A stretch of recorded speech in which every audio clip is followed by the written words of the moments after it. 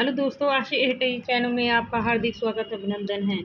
SST के महत्वपूर्ण chapter गांव, शहर और व्यापार से संबंधित हम थ्योरी के बारे में आपको पूरी जानकारी से अवगत कराएंगे।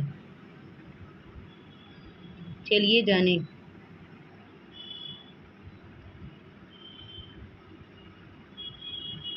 लोहे के औजार और खेती। लोहे का प्रयोग आज आम बात हो गया। लोहे की चीजें हमारी रोजमर्रा की जिंदगी का हिस्सा बन चुकी हैं। उपमहाद्वीप के लोहे का प्रयोग लगभग 3000 पहले शुरू हुआ था। महापाषाण कब्रों में लोहे के औजार और हथियार बड़ी संख्या में मिले। इनके बारे में चलिए जानें। लोहे के बारे में हम जान चुके हैं, मगर बहुत पहले लोहे के बारे में हमें जानकारी नहीं थी, ना ही इसके बारे में कोई खबर थी। लोहे की जानकारी करीब 2500 वर्ष पहले लोहे के औजारों के बढ़ते उपयोग का प्रमाण मिला है। इन जंगलों को साफ करने के लिए कुल्हाड़ियां और जुताई के हलों को फाल भी शामिल किया गया है। इससे कृषि में बढ़ावा मिला है। कृषि उत्पादन बढ़ाने के लिए अन्य कदम सिंचाई के। समृद्ध गांव के बिना राजाओं तथा उनके राज्यों का बने रहना मुश्किल था। बिना राजा और उनके राज्य बने रहना मुश्किल था। जिस तरह से कृषि विकास में नए औजार और उपाय महत्वपूर्ण कदम है, उसी तरह सिंचाई भी काफी उपयोगी साबित हुई है। इसी समय सिंचाई के लिए नहरें, तालाब और कृत्रिम जलाशय बनाए गए।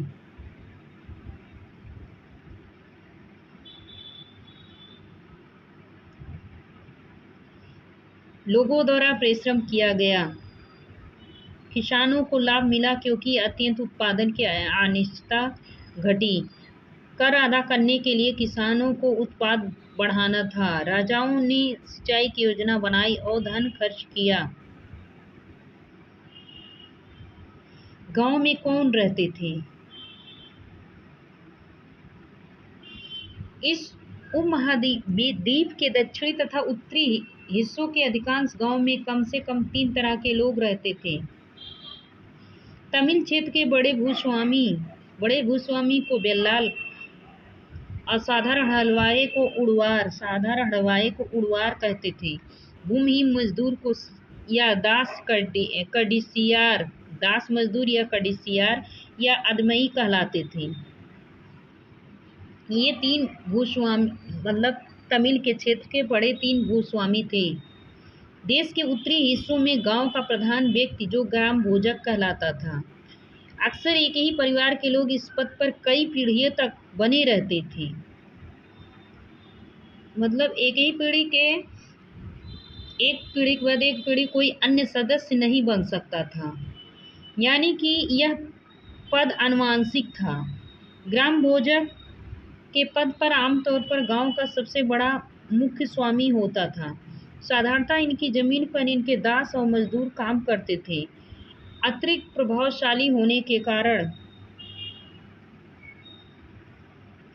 प्रायः राजा भी कर वसूलने का काम इन्हें ही सौंप देते थे। न्यायाधीश का कभी कभी पुलिस का काम भी करते थे।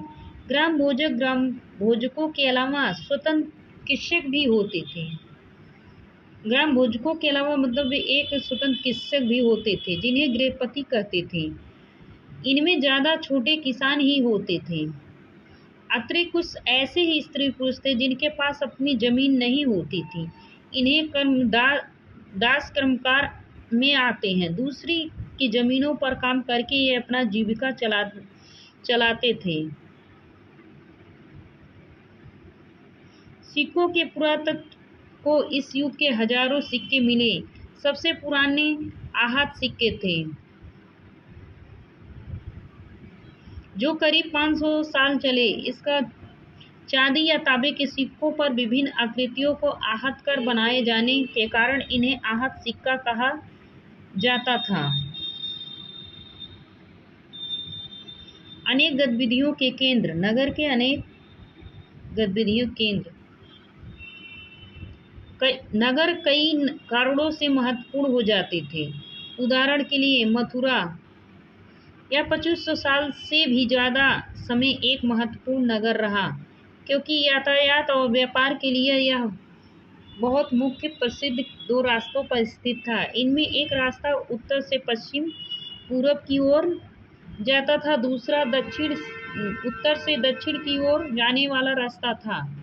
शहर के सभी चारों ओर किलेबंदी हुआ करती थी। इनमें अनेक मंदिर थे। आसपास के किसान पशुपालक शहर में रहने के लिए भोजन जुटाते थे। मथुरा बेहतरीन मूर्ति बनाने का केंद्र था। उस समय मथुरा लगभग 2000 साल पहले मथुरा कुषाणों की दूसरी राजधानी बनी।